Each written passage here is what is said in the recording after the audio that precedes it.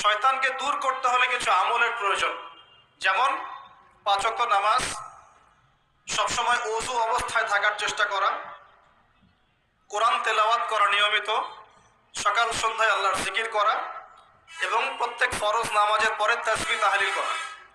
কমপক্ষে সকাল সন্ধ্যায় 3 বার করে সূরা ইখলাস পড়া, কুল হুয়াল্লাহু আহাদ এটা পড়া। সকাল সন্ধ্যায় 3 বার করে সূরা ফালাক পড়া, কুল আউযু বিরাব্বিল ফালাক এটা পড়া।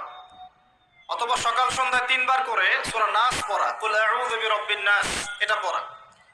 সকাল সন্ধ্যায় কমপক্ষে 2 বার আয়াতুল কুরসি তেলাওয়াত করা। রাতের বেলা সম্ভব হলে সূরা মুলক তেলাওয়াত করা, অথবা সূরা বাকারার শেষের 3টা আয়াত তেলাওয়াত করা। এগুলো যে ব্যক্তি নিয়মিত তেলাওয়াত করে, চর্চা করে, সে শয়তানের ওয়াসওয়াসা থেকে দূরে থাকবে ইনশাআল্লাহ। আর শয়তানের ওয়াসওয়াসা অনেকভাবে হতে পারে। মানসিক কোনো কোনো ক্ষেত্রে চোখের বদনজরও লাগতে পারে। চোখের বদনজর কিন্তু সত্য, যদিও বা বর্তমান বিজ্ঞান এগুলোকে স্বীকার করে না। আর বিজ্ঞান কোনো কিছুকে স্বীকার করলেই আমরা মানব, আর স্বীকার না করলে মানব না। এটা একটা কুফরি আকীদা। কি আকীদা? কুফরি আকীদা। বিজ্ঞান, যুক্তি, দর্শন এগুলো আল্লাহর বিধানের আওতাধীন। আল্লাহ পাকের বিধান এবং ওহী বিজ্ঞান, যুক্তি, দর্শনের আওতাধীন নয়। এই কনসেপ্টটা মুসলিমদেরকে আগে ক্লিয়ার করতে হবে। আল্লাহ রাব্বুল আলামিন তার ওহীর মধ্যে যে জ্ঞান নাযিল করেছেন এটা চূড়ান্ত। কোনো জ্ঞান যদি এর ভিতরে পড়ে যায় সেটা আমরা গ্রহণ করব, যেটা এর বাইরে চলে যাবে সেটাকে গ্রহণ করার প্রয়োজন নাই। দুর্ভাগ্যজনক হচ্ছে পশ্চিমারা সর্বপ্রথম নষ্ট করে দিয়েছে মুসলিম কমিউনিটিগুলোর পলিটিক্যাল সিস্টেম। দ্বিতীয়ত ধ্বংস করেছে মুসলিম জাতিগুলোর সামাজিক ব্যবস্থা। তৃতীয়ত ধ্বংস করেছে মুসলিমদের কালচার, সংস্কৃতি। চতুর্থ ধ্বংস করেছে মুসলিমদের অর্থনীতি। আর এখন ধ্বংস করতে চাচ্ছে মুসলিমদের শিক্ষানীতি। সর্বপ্রথম যে বীজটা দেওয়া হয়েছে পশ্চিমা সভ্যতা থেকে, সেটা হলো মুসলিমদের একটা কমিউনিটি ছিল ইউনাইটেড, এটাকে কেটে টুকরা টুকরা করে বিভক্ত করে ফেলা হয়েছে। এটা 1 নম্বর কাজ তারা করেছে। 2 নম্বর, পলিটিক্যাল সিস্টেমগুলোর মধ্যে বিষ ঢুকিয়ে দেওয়া হয়েছে। বিষ, এখানে ভাইয়ে ভাইয়ে মারামারি করবে এখন, ভাই ভাই, দুজনেই ভাই। আচ্ছা, 3 নম্বর করা হয়েছে কালচার। আমাদের যে কালচারগুলো আছে এই কালচারগুলোকে ধ্বংস করে দেওয়া হচ্ছে। পশ্চিমা কালচারে সবকিছু চলছে, আমাদের চেহারা স্রোত থেকে শুরু করে আকীদা, আদর্শ, সবকিছুই, পরিবার, সবকিছুই। পশ্চিমা কালচার ছাড়া আমরা চলতে পারছি না। একটা বিয়ে হবে, সেই বিয়েতেও গিয়ে দেখবেন প্রথমে গায়রে মাহরাম, মাহরামের কোনো বাস বিচার নাই। যে জায়গায় পাচ্ছে হলুদ মাখাচ্ছে, ডিজে পার্টি হচ্ছে, ধুমধারাক্কা গান হচ্ছে।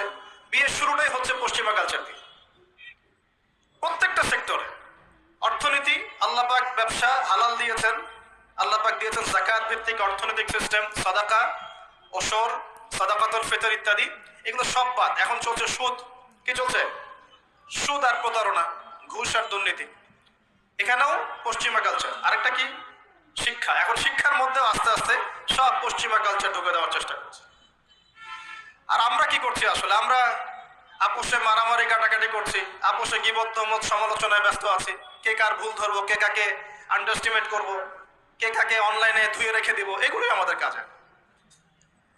আল্লাহ পাক আমাদেরকে বুঝ দান করুন, বোধ শক্তি দান করুন। আল্লাহ পাক যেন আমাদেরকে বোঝার তৌফিক দেন কোরআন এবং সুন্নাহর মধ্যে যে জ্ঞানটা আছে এটাই চূড়ান্ত। এর বাইরে অনেক জ্ঞান থাকতে পারে, সেই জ্ঞান আমরা নিব না এমন নয়। সেই জ্ঞানও আমরা নিব, কিন্তু যখন সেটা কোরআন সুন্নাহর মানদণ্ডে টিকে যাবে তখন নিব।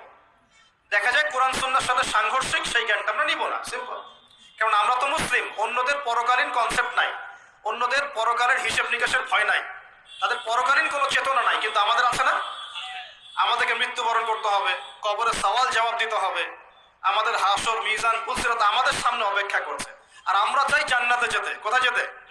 জান্নাতে যেতে। তাহলে আমাদেরকে তো 8-10টা মানুষের মতো চিন্তা করলে হবে না, হবে?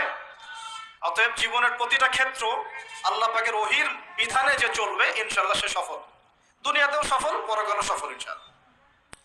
আর আমরা ইসলাম কারো উপর জোর করে চাপিয়ে দিব না। দিব? ইসলামের মধ্যে জোর জবরদস্তি নাই। লা ইকরাহা ফিদ্দিন, দ্বীনের মধ্যে কোনো জোর জবরদস্তি নাই। সত্য মিথ্যাকে স্পষ্ট করে উপস্থাপন করতে হবে। যার মনের মধ্যে আল্লাহ পাক হেদায়েত দিবেন সে সত্যের পথে চলে আসবে ইনশাআল্লাহ। যাকে আল্লাহ পাক হেদায়েত দিবেন না, তাকে আপনি হাজার দিন বোঝালেও সে সত্য গ্রহণ করবে না। অতএব ফাযাক্কির ইন্নামা আনতা মুযাক্কির, আল্লাহ পাক বলেছেন তুমি উপদেশ দাও, তুমি শুধু উপদেশ দাতা মাত্র। লাস্তা আলাইহিম বিমুসাইতির, তুমি কারো প্রতি দারোগা নও, কাউকে চাপিয়ে দিতে পারবে না।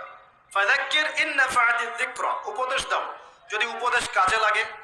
সায়াযাক্কারু মান ইয়াখশা, যে আল্লাহকে ভয় করে সে অচিরেই কিন্তু উপদেশ গ্রহণ করবে। আল্লাহ পাক আমাদের সবাইকে আল্লাহর উপদেশ অর্থাৎ কোরআন সুন্নাহর ওহীর জ্ঞান অর্জন করার তৌফিক দান করুন এবং সেই জ্ঞান অনুযায়ী আমল করার তৌফিক দান করুন।